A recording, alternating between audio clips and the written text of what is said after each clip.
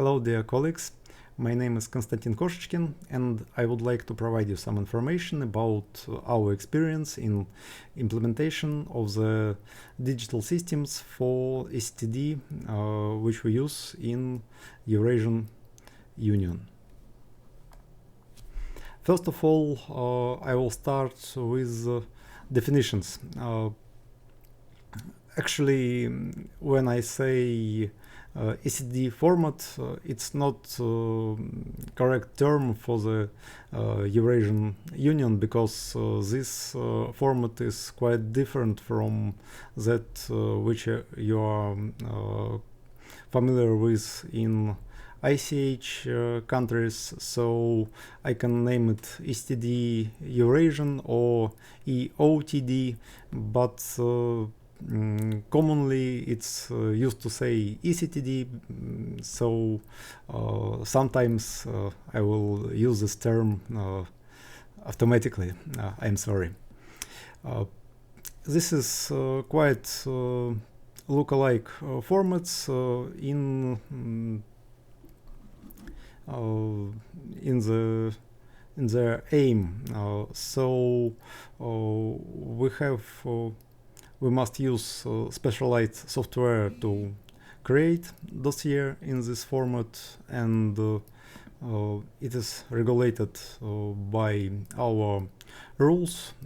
For example, on our major rules of marketing, authorization and assessment of the medical products, we have requirements that application must be provided in the paper and as well as in the electronic format. And concerning dossier, it should be provided in electronic format for all of its modules from 1 to 5. And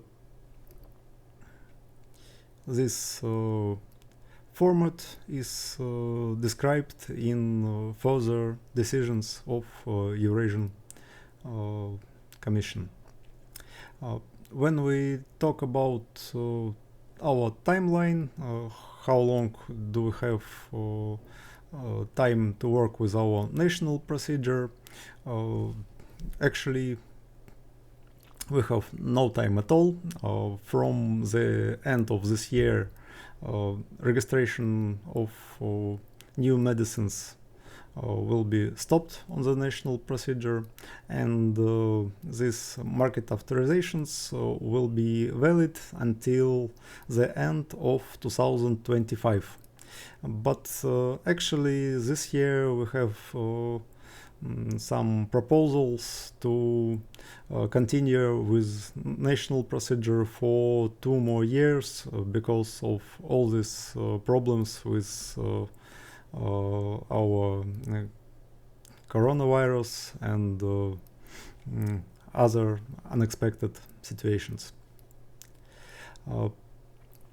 When we talk about choosing regulatory procedures, we must name that we have means to upgrade our dossier to the Eurasian format, and for new registrations we have only 2 procedures right now. It's mutual recognition and decentralized procedure. So we don't have a centralized procedure which will be helpful to make one market authorization for all the countries simultaneously. Right now it's not in place. We have talking about regulations and requirements, we have major document which I named earlier. It's our rules decision number 78, and requirements for the digital structure are provided in the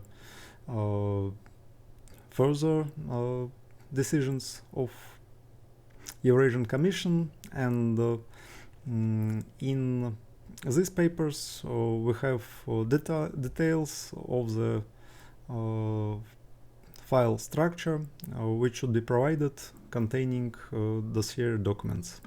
These rules are implemented on our national level in the administrative regulations of the Ministry of Healthcare of Russian Federation. If we talk about digital documents, this means to transfer data are described in the basis of our treaty for the union creation, and it is quite necessary because in our union the only way to create effective data exchange system is to use electronic format because of the distance between our countries. So we must have same specifications and standards in our countries to exchange data, and talking about medical products, we have these specifications and standards provided by Eurasian Economic Union Commissions, and no member country can decide different format for data exchange. Goals of ECTD implementation in our countries was, first of all, to reduce the volume of the dossier, to eliminate repeated submissions of the dossier documents if it's possible, and to provide means for technical validation procedures so this process can be automated, and of course to harmonize the requirements with ICH countries, and after all, of course, to speed up the examination procedures.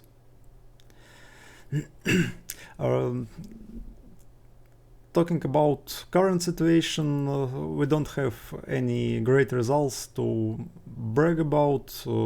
We have more than 14,000 market authorizations in Russian Federation, and less than 300 were upgraded right now according to the Eurasian requirements. So we will have a lot of work in the later years because all the companies are waiting and do not provide their documents for examination. On this picture you can see scheme of procedure in Russian Federation for dossier examination, application for examination, and the first module are provided in paper. Also, they're included in the electronic media carrier inside of the ECTD documents. We can applicants can use our services to fill application in digital form, and also to validate dossier before submission, so they will be sure that no technical errors will be received. And the same solution are provided when applicants receive requests for additional information. These answers for these requests also can be validated and checked. The main difference between Eurasian ECTD and ICH is ECTD is that our format doesn't have a rigid backbone structure, and to classify documents we use codes of the documents, and applicant can decide which documents will be provided on which level of detailization. So there is a lot of additional requirements for expertise on the level of software decisions to create these dossiers, because this document structure should be provided inside our software solutions, but not in the format itself. The codes of the documents are provided on the portal of the Eurasian Economic Union and are available for everyone. These codes are one of the major validation criterions in our validation systems. Other criterions are compliance with schemes, correspondence to the list of the modules that should be provided, dossier numbers, I mean sequence numbers, and just basic requirements that files are readable and they are in a correct format.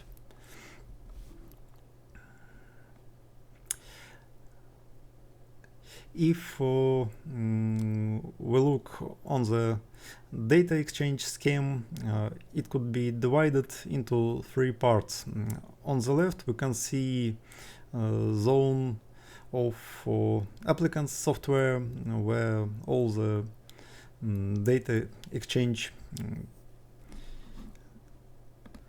is based on the applicant's software solutions, and in the middle we have a level of regulatory bodies data exchange, and on the right side it's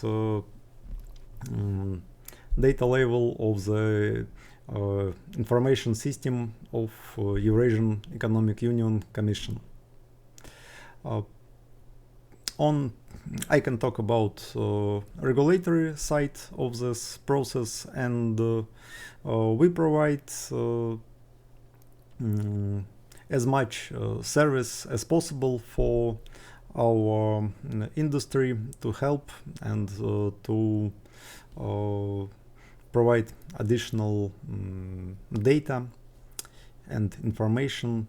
For example, it's our portal where applicant can upload their dossier for validation, and I must tell that this year we created a solution for automated validation of the answers for our requests made by the applicants, and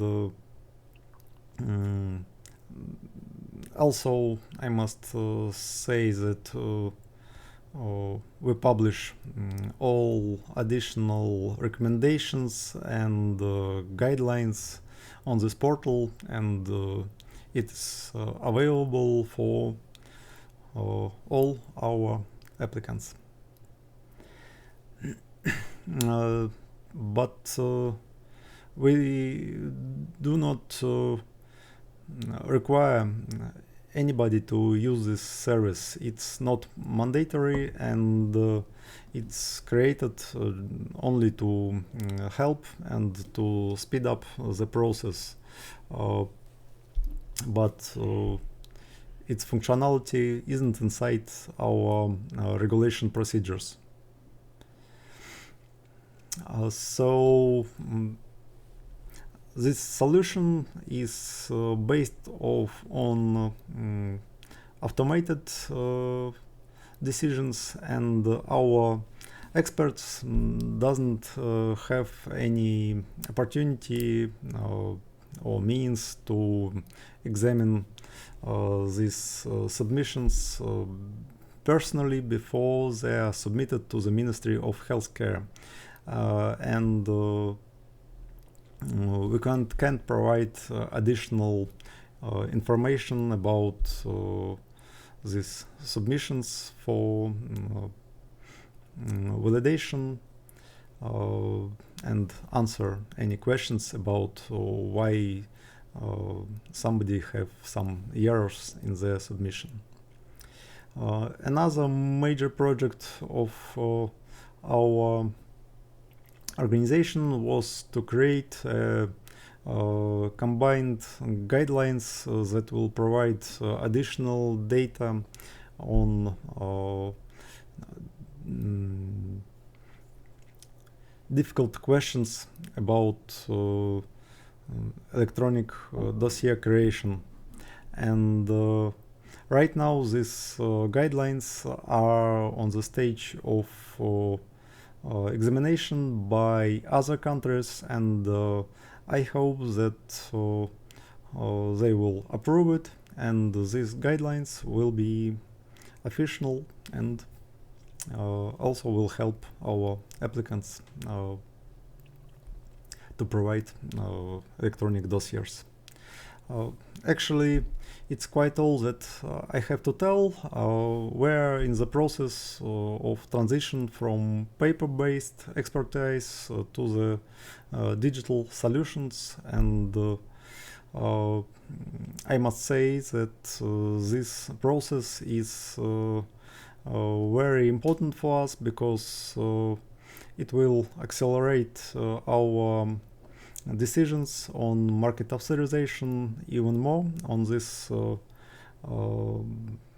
graph you can see how long does it take to for a new drug on the process of market authorization, and as chief of IT department, I am sure that part of success in reducing this timing is on our behalf, because in the middle of 2000 years we started implementation of our digital solutions for